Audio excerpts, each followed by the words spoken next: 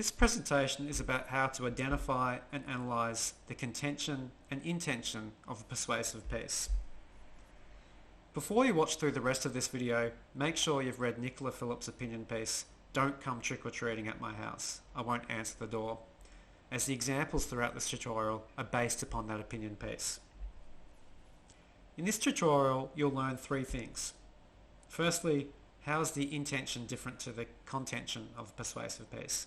Secondly, how do you identify the contention and intention as you read a persuasive piece? And lastly, what specific words and phrases can you use to write about the intention? Let's take a look at an example introduction. In yellow is the sentence which specifically writes about the contention and intention.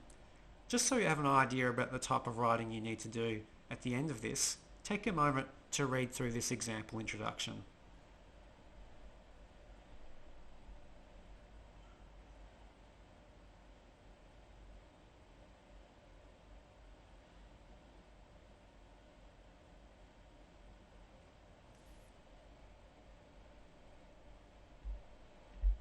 So what do we mean by the word intention?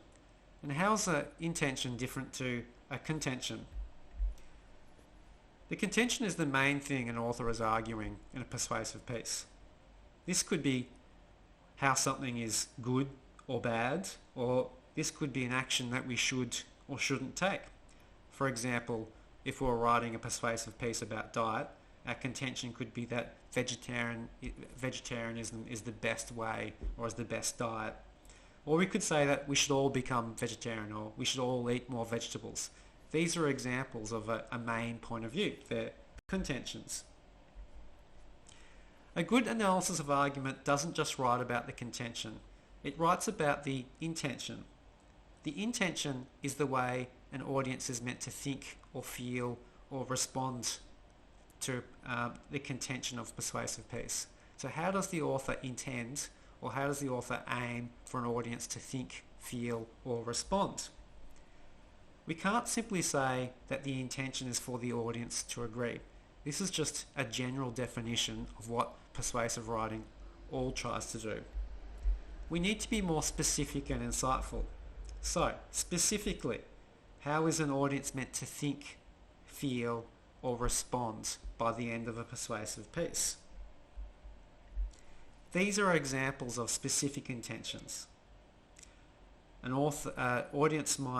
The intention might be for an audience to be excited and energized, hopeful, inspired by the end of a persuasive piece. The purpose might be for an audience to feel ashamed or guilty about things they're doing. Or the intention might be for them to start doing something, or to stop doing, or to change the way they think or act about a particular type of issue. So how do you go about identifying the contention and the intention as you read through a persuasive piece? Firstly, make sure that you're following a series of reading steps. So you've got a thinking routine every time you read through a persuasive piece. Some good thinking steps or reading steps to take as you read through a persuasive piece is to make sure that you've thought about the publication a persuasive piece comes from. Who publishes this? And what's the audience to this piece? Does the audience have a generally progressive or conservative audience? This whole task is thinking about how arguments have been chosen to persuade a particular audience. So you should first think about who the audience of a persuasive piece is. Then, as you read through a persuasive piece for the first time, you shouldn't be thinking about details like examples of persuasive language, but you should be thinking big picture. What is the contention and intention? What are the arguments that are being used for a particular audience? In terms of reading through a persuasive piece for the first time and thinking about the contention and the intention, here are a couple of things that you can do. After you've read through a persuasive piece for the first time, look back through it and think about which sentence best summarises the contention. Is it the headline? Is it the first sentence? Is it the final sentence? Is it any sentence in between? Sometimes there are a couple of sentences that are a good summary of the author's main point of view. After you've thought about the contention, you can then think the intention. So, for example, in Nicola Phillips' piece, after we've read through it, we can look back through it again, and there are a couple of sentences that really summarise her point of view.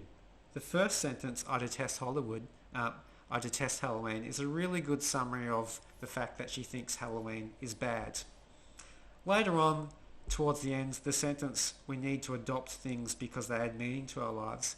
That's also a good example of a sentence that summarises her point of view that Halloween is not meaningful or it's too consumeristic. So we can read through a persuasive piece and then look back and think about which sentence best summarises the contention.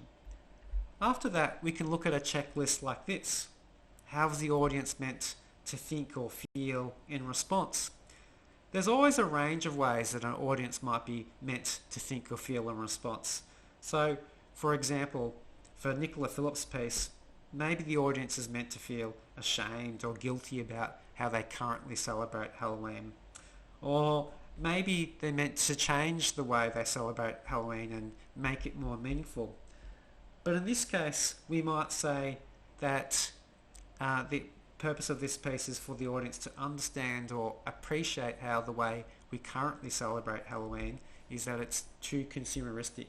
So use a checklist like this to help you think about the intention after you've read through a persuasive piece.